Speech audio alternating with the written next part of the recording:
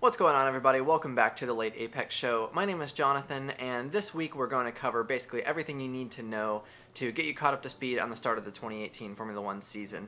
We are 1 week away from the start, which is super exciting, and there are a number of changes this year that are worth talking about. So we'll go ahead and kind of get into those. Just briefly, this channel is all about Formula One and everything that kind of goes along with that. So in the future, I plan to do things like race updates, news, announcements, Formula One travel guides, stuff like that. So if you guys are interested in that sort of thing, definitely give the consideration to subscribing, and I hope to see you guys in the future. So to kind of get into what we're talking about today, the most significant change for the 2018 season is, of course, the Halo device for the cars, and basically that is just a safety apparatus that goes up and around the driver's heads to help protect from flying projectiles. So, for instance, with Felipe Massa in Hungary a few years back, I think that was 2009, spring came off of a car in front of him, bounced along the ground, and ended up hitting him in the helmet. Amazingly, of course, he survived and has raced for many years since then, but the significance of that could have been so much worse. Another example that didn't actually turn into any kind of projectile was Kimi Räikkönen. I think it was 2005 in Germany, when he had that tire failure, the suspension failure. He ended up hitting the wall backward, and that tire came flying towards him. Of course, the tire tether ended up holding onto it, so it really didn't make an impact there. But if the tire tether had failed, then the Halo might have made the difference for, causing some kind of significant impact, or, Kimi getting out and walking away from that incident, which of course he did anyway. But my point is more that if something disastrous had happened, the Halo could have made an impact. Now, the other side of that is the obstruction of the view that the drivers have now. It's pretty profound, in my opinion. I feel like I would be really unhappy with it if I were a driver, just based on the fact that right in your line of sight, right down the center line of the car, there's a pretty big blockage of what you're looking at. So none of these drivers have experienced that, I don't think, at any point in their careers.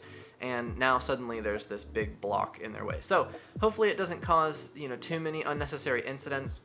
And the teams have had to kind of restructure their whole chassis around that part to support the titanium, mounts and the structural requirements put in place there. So that'll be really interesting to see how that pans out. Hopefully these Halo devices are never, needed. Hopefully they are there just in the case of absolute worst emergency.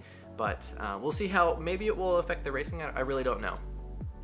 But then the other significant change is the tire compound adjustment. So basically there's one softer and one harder compound this year. It's called the Hypersoft, which is like a bright pink, and then the Super Hard, which is the same kind of orange color as the hard. They introduced like an ice blue that I'm fairly certain took the place of the hard compound. And it's actually really hard to distinguish the ice blue hard from the full wet. It took me a moment to realize that they didn't actually scrap the wet. I at first thought that there was just one wet tire now, but that's not actually the case. And so, like I said, there's now one softer and one harder, which the Formula One website claims that it will make the racing more interesting because there should be fewer one-stop races. So, with everything being one step softer as well, all the tires kind of shift down one. That just means that hopefully the cars will be faster, racing will be more exciting, and people won't be able to just cruise to the very end on one set of tires. So we'll see how that goes. And then the other significant change is now that each driver is only allowed 3 power unit elements per season, down from 4 from last year. As a result of that, they also simplified the grid penalty system. So now you can get a maximum of 15 before you're sent to the back of the grid. So if multiple people take those penalties at the same time, what that means is that whoever took the penalty first ends up ahead, and then so on and so forth. So it honestly just simplifies it, like when Alonso took however many spots that was, like 40 in Spa last year. It just makes it more simple to understand, so people aren't confused why someone's taking 40 grid penalties, but they're still right at the back of the grid at the start of the race. Then, of course, the other really interesting topic on the discussion of engines is that McLaren now has Renault power and Toro Rosso now has Honda power. So honestly, I'm really confused at that decision by Toro Rosso. And McLaren had to do something to switch. But I think the idea there with Toro Rosso is that Honda is now kind of partnered with them, and they're more or less their works team. So that'll be really interesting to see how that plays out. What impact will that have on McLaren? How far up the grid can they come? Can they beat the factory Renault works team? And will they play any significant impact in the role of the Ferrari-Mercedes Red Bull battle. I'm honestly not convinced that it will make too big of an impact there, but I hope that they do move up the grid, maybe competing more regularly with Williams and Force India and that kind of thing. And I think their goal this year is aiming for podiums, which, of course, Alonso's not there for podiums. He's there to win and to claim the title. So hopefully that does actually pan out.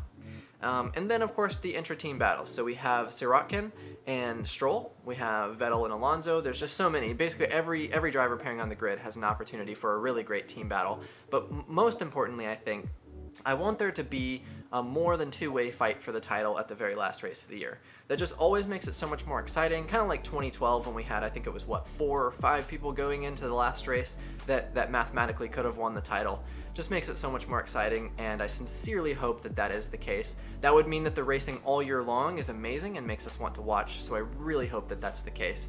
And then, last but not least, the Formula One streaming service has finally been announced. So that was about a week or two ago. I imagine most of you guys are very much aware of that now. But if you're not, it's super exciting because for people like me here in the States, we finally get a live stream that is official, there's no commercials, and it's going to be reliable, hopefully. Maybe not in the first race or two, but I imagine they're going to have their stuff pretty well sorted out. So that's super exciting, and the commercial-free broadcast is something that I couldn't believe was even a thing here in the States, and I would literally never watch the US stream, or the US service. I would wait until after the race, disconnect myself completely from the internet so I didn't spoil it, and then go find a download of the Sky Sports stream. So I'm super excited that that's now official, and it's very affordable. I think it's $12 a month if I'm not mistaken. I would have paid $25 for that, and you get all the onboard cameras as well as archive races too, so it's all super exciting. A lot of really cool changes for 2018. I hope you guys are just as excited as I am, and let me know if there's anything I missed you'd like me to cover in a future video. I appreciate you guys being here so much, and I really look forward to this channel growing, and I appreciate, like I said, you guys being here for, along for the ride. Thank you guys so much, and I'll see you soon.